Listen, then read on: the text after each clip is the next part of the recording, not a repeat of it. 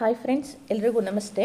ಇವತ್ತಿನ ಈ ವಿಡಿಯೋದಲ್ಲಿ ನಾನು ನಿಮಗೆ ಸರ್ಕಾರಿ ಶಾಲೆಗಳಲ್ಲಿ ಖಾಲಿ ಇರುವ ಗೆಸ್ಟ್ ಟೀಚರ್ ಬಗ್ಗೆ ತಿಳಿಸ್ಕೊಡ್ತಾ ಹೋಗ್ತೀನಿ.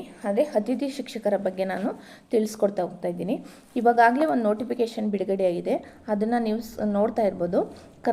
ಕರ್ನಾಟಕ ಸರ್ಕಾರದ ನಡಾವಳಿಗಳು ಏನಿದೆ ಅಂತೇಳಿ ವಿಷಯ 2025-26ನೇ ಶೈಕ್ಷಣಿಕ ಸಾಲಿಗೆ ರಾಜ್ಯದ ಸರ್ಕಾರಿ ಪ್ರಾಥಮಿಕ ಹಾಗೂ ಪ್ರೌಢಶಾಲೆಗಳಲ್ಲಿ ಖಾಲಿ ಇರುವ ಬೋಧಕ ಹುದ್ದೆಗಳಿಗೆ ಎದುರಾಗಿ ವಿದ್ಯಾರ್ಥಿಗಳ ಶೈಕ್ಷಣಿಕ ಹಿತದೃಷ್ಟಿಯಿಂದ ತಾತ್ಕಾಲಿಕ ಅತಿಥಿ ಶಿಕ್ಷಕರನ್ನು ನೇಮಕ ಮಾಡುವ ಬಗ್ಗೆ ಅಂತೇಳಿ ಅಂತಂದರೆ ಇನ್ನೇನೋ ಕೆಲವೇ ದಿನಗಳಲ್ಲಿ ಈ ಮಂತು 29ಇಂದ ಸ್ಕೂಲ್ಗಳೆಲ್ಲ ಓಪನ್ ಆಗ್ತಾಯಿದೆ. ಅದರಿಂದ ಟೀಚರ್ಸ್ಗಳು ಕೊರತೆ ಇರೋದ್ರಿಂದ ಅತಿಥಿ ಶಿಕ್ಷಕರನ್ನು ಸರ್ಕಾರ ನೇಮಕ ಮಾಡ್ಕೊತಾ ಇದೆ. ಯಾರ್ಯಾರು DED ಮತ್ತು BEd ಎಲ್ಲ ಹಾಗೆ ಮನೆಯಲ್ಲೇ ಇರ್ತಿರೋ, ಎಲ್ಲೂ ಜಾಬ್ ಇಲ್ಲದೆ ಅವರೆಲ್ಲ ಗೆಸ್ಟ್ ಟೀಚರ್ಗೆ ಅಪ್ಲೈ ಮಾಡಿ ಅವ್ರಿಗೆ ಸ್ಯಾಲ್ರಿನೂ ಕೂಡ ಪರವಾಗಿಲ್ಲ, ಬೇರೆ ಕಡೆ ಹೋಲಿಸ್ಕೊಂಡ್ರೆ ಈಗ ಗೆಸ್ಟ್ ಟೀಚರ್ಗೆ ಪ್ರಾಥಮಿಕ ಶಾಲೆಗಳಲ್ಲಿ 12,000 ಇದೆ, ಪ್ರೌಢಶಾಲೆಗಳಲ್ಲಿ 12,500 ಸ್ಯಾಲ್ರಿಗೂ ಕೂಡ ಕೊಡ್ತಾ ಇದ್ದಾರೆ. ಹಾಗಾಗಿ ಇದೊಂದು ಅವಕಾಶವನ್ನು ನೀವು ಉಪಯೋಗಿಸ್ಕೋಬೋದು ಅಂತೇಳಿ ನಾನು ಈ ವಿಡಿಯೋನ ಮಾಡ್ತಾ ಇದ್ದೀನಿ. ಕೆಲವರಿಗೆ ಮಾಹಿತಿ ಇರುತ್ತೆ, ಇನ್ನು ಕೆಲವರಿಗೆ ಮಾಹಿತಿ ಇರಲ್ಲ. ಆ ಕಾರಣದಿಂದ ಈ ವಿಡಿಯೋ ನಿಮಗೆ ಉಪಯೋಗ ಆಗುತ್ತೆ ಅಂತ ನಾನು ಅಂದ್ಕೊಂಡಿದ್ದೀನಿ. ಬನ್ನಿ ನೋಡೋಣ, ಪ್ರಸ್ತಾವನೆ ಏನಿದೆ ನೋಡೋಣ. ಮೇಲೆ ಓದಲಾದ ಕ್ರಮ ಸಂಖ್ಯೆ 1ರ ಆದೇಶದಲ್ಲಿ 2024-25ನೇ ಶೈಕ್ಷಣಿಕ ಸಾಲಿಗೆ ಸರ್ಕಾರಿ ಪ್ರಾಥಮಿಕ ಮತ್ತು ಪ್ರೌಢಶಾಲೆಗಳಲ್ಲಿ ಖಾಲಿ ಇರುವ ಶಿಕ್ಷಕರುಗಳ ಹುದ್ದೆಗಳಿಗೆ ಎದುರಾಗಿ ಸರ್ಕಾರಿ ಪ್ರಾಥಮಿಕ ಶಾಲೆಗಳಿಗೆ 35,000 ಅತಿಥಿ ಶಿಕ್ಷಕರುಗಳನ್ನು ಮತ್ತು ಸರ್ಕಾರಿ ಪ್ರೌಢಶಾಲೆಗಳಿಗೆ 10,000 ಅತಿಥಿ ಶಿಕ್ಷಕರುಗಳನ್ನು ಒಳಗೊಂಡಂತೆ ಒಟ್ಟು 45,000 ಅತಿಥಿ ಶಿಕ್ಷಕರುಗಳನ್ನು ತಾತ್ಕಾಲಿಕವಾಗಿ ನೇರ ನೇಮಕಾತಿ ಮೂಲಕ ಶಿಕ್ಷಕರನ್ನು ಭರ್ತಿ ಮಾಡುವವರೆಗೆ ಅಥವಾ ಶೈಕ್ಷಣಿಕ ವರ್ಷದ ಅಂತ್ಯದವರೆಗೆ ಎಂಬ ಷರತ್ತಿಗೊಳಪಟ್ಟು, ಅಂತಂದರೆ ಈ ವರ್ಷ ಮುಗಿಯೋ ತನಕ ಅಥವಾ ಅಲ್ಲಿ ಗೌರ್ಮೆಂಟ್ ಟೀಚರ್ಸು ಅಪಾಯಿಂಟ್ ಆಗೋ ತನಕ ನಿಮ್ಮನ್ನು ನೇಮಕಾತಿ ಮಾಡ್ಕೊತಾರೆ ಅಂತ ಹೇಳ್ತಾ ಇದ್ದಾರೆ. ಷರತ್ತಿಗೊಳಪಟ್ಟು ಅತಿಥಿ ಶಿಕ್ಷಕರನ್ನು ನೇಮಕ ಮಾಡಿಕೊಳ್ಳಲು ಸರ್ಕಾರವು ಮಂಜೂರಾತಿ ನೀಡಿ ಆದೇಶಿಸಲಾಗಿರುತ್ತದೆ. ಅಂತಂದರೆ ಈಗ ಹೊಸದಾಗಿ ನೋಟಿಫಿಕೇಷನ್ ಆಗಿ ಹೊಸ ಪರ್ಮನೆಂಟು ಟೀಚರ್ಸ್ ಬರೋ ತನಕನಾದರೂ ನಿಮ್ಮನ್ನು ತಗೋಬೋದು, ಅಥವಾ ಅದು ಒಂದು ವೇಳೆ ಲೇಟ್ ಆದರೂ ಕೂಡ ಈ ವರ್ಷ ಮುಗಿಯೋ ತನಕ 1 ಇಯರ್ ಕಂಪ್ಲೀಟ್ ಆಗೋ ತನಕ ನಿಮ್ಮನ್ನು ನೇಮಕಾತಿ ಮಾಡ್ಕೋಬೋದು ಅಂತೇಳಿ ಸರ್ಕಾರ ಮಂಜೂರಾತಿ ನೀಡಿ ಆದೇಶಿಸಲಾಗಿರುತ್ತದೆ. ಮೇಲೆ ಓದಲಾದ ಕ್ರಮ ಸಂಖ್ಯೆ 2ರ ನಿರ್ದೇಶಕರು ಅಂದರೆ ಪ್ರಾಥಮಿಕ ಶಿಕ್ಷಣ ಆಯುಕ್ತರ ಕಚೇರಿ, ಶಾಲಾ ಶಿಕ್ಷಣ ಇಲಾಖೆ, ಬೆಂಗಳೂರು ರವರ ಪತ್ರದಲ್ಲಿ 2025-26ನೇ ಶೈಕ್ಷಣಿಕ ವರ್ಷದ ಏಕರೂಪದ ಮಾರ್ಗಸೂಚಿಯನ್ನು ನಿಗದಿಪಡಿಸಿ ದಿನಾಂಕ 29/5/2025ರಂದು ಶಾಲೆಗಳು ಪ್ರಾರಂಭವಾಗ್ತಾ ಇದೆ.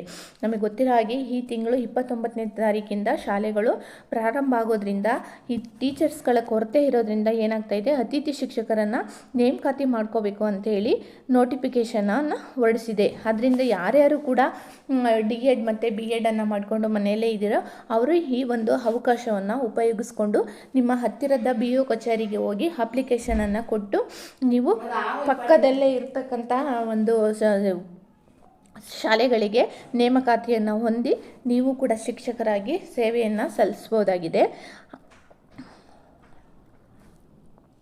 ಇದ್ರ ಮುಂದುವರಿದಂತೆ ನೋಡೋಣ ನಾವು ಇವಾಗ ಎಷ್ಟೆಷ್ಟು ಟೀಚರ್ಸ್ಗಳನ್ನು ಇದು ನೇಮಕಾತಿ ಮಾಡ್ಕೊತಾರೆ ಅಂತ. ಅಂದರೆ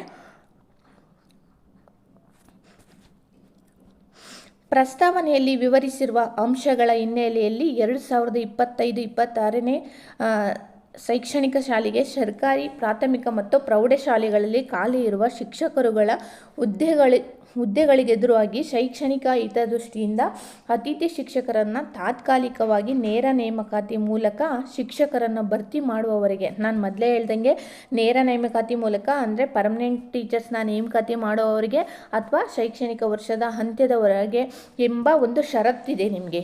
ಏನಂತಂದರೆ ನೀವು ಒಂದು ವೇಳೆ ಟೀಚರ್ಸ್ ಆಗಿ ಹೋಗ್ತಾ ಇರ್ತೀರ, ಅಲ್ಲಿ ಪರ್ಮನೆಂಟ್ ಟೀಚರ್ಸ್ನ ತಗೊಂಡ್ರೆ ನಿಮ್ಮನ್ನು ಕೂಡ ಅವಾಗ ತೆಗಿಬೋದು ಅನ್ನೋ ಒಂದು ಷರತ್ತಿಗೆ ಒಳಪಟ್ಟು, ಅಥವಾ ಒಂದು ವೇಳೆ ಆ ಟೀಚರ್ಸ್ನ ನೇಮಕಾತಿ ಏನಾದರೂ ಲೇಟ್ ಆದರೆ ನೀವು ಇಡೀ ವರ್ಷ ಕಂಟಿನ್ಯೂ ಆಗಿ ನೀವು ಅಲ್ಲಿ ಅತಿಥಿ ಶಿಕ್ಷಕರಾಗಿ ಕೆಲಸವನ್ನು ಮಾಡ್ಬೋದಾಗಿರುತ್ತೆ ಎಂಬ ಷರತ್ತಿಗೊಳಪಟ್ಟು ಈ ಕೆಳಕಂಡಂತೆ ಅತಿಥಿ ಶಿಕ್ಷಕರನ್ನು ತಾತ್ಕಾಲಿಕವಾಗಿ ನೇಮಕ ಮಾಡಿಕೊಳ್ಳಲು ಸರ್ಕಾರವು ಮಂಜೂರಾತಿ ನೀಡಿ ಆದೇಶಿಸಿದೆ ಅಂತಂದರೆ ಇವಾಗ ನೋಡೋಣ ಬನ್ನಿ.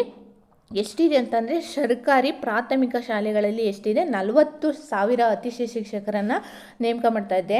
ಮತ್ತು ಸರ್ಕಾರಿ ಪ್ರೌಢಶಾಲೆಗಳಲ್ಲಿ ಹೈಸ್ಕೂಲುಗಳಿಗೆ 11,000 ಟೀಚರ್ಸ್ಗಳನ್ನ ನೇಮಕಾತಿಯನ್ನು ಮಾಡ್ಕೊತಾ ಇದೆ. ಒಟ್ಟು ಎಷ್ಟಪ್ಪ ಅಂತಂದರೆ 51,000 ಅತಿಥಿ ಶಿಕ್ಷಕರ ನೇಮಕಾತಿ ಆಗ್ತಾಯಿದೆ. ಒಂದು ದೊಡ್ಡ ನೇಮಕಾತಿ ಅಂತಲೇ ಹೇಳ್ಬೋದು.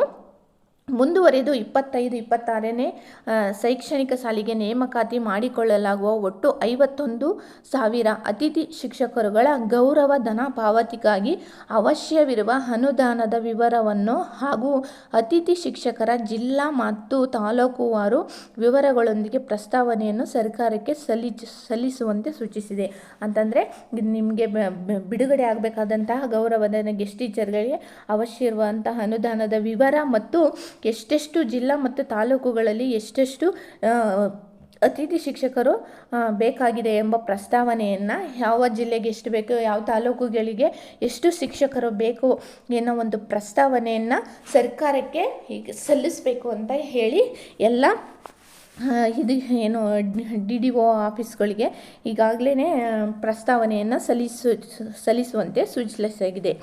ಈ ಆದೇಶವನ್ನು ಆರ್ಥಿಕ ಇಲಾಖೆ ಟಿಪ್ಪಣಿ ಸಂಖ್ಯೆ ನೋಡಿ, ಈಗಾಗಲೇ ಇದಕ್ಕೆಲ್ಲ ಆರ್ಥಿಕ ಇಲಾಖೆ ಎಷ್ಟೆಷ್ಟು ಹಣವನ್ನು ಇವರಿಗೆ ಕೊಡಬೇಕಾಗುತ್ತೆ ಅನ್ನೋದ್ರ ಬಗ್ಗೆನೂ, ಸ್ಯಾಲ್ರಿಯನ್ನು ಕೊಡಬೇಕಾಗುತ್ತೆ ಅನ್ನೋದ್ರ ಬಗ್ಗೆ ನಮಗೆ ಸರ್ಕಾರಕ್ಕೆ ಪ್ರಸ್ತಾವನೆಯನ್ನು ಸಲ್ಲಿಸಿ ಅನ್ನೋದ್ರ ಬಗ್ಗೆ ತಿಳಿಸಿದ್ದಾರೆ.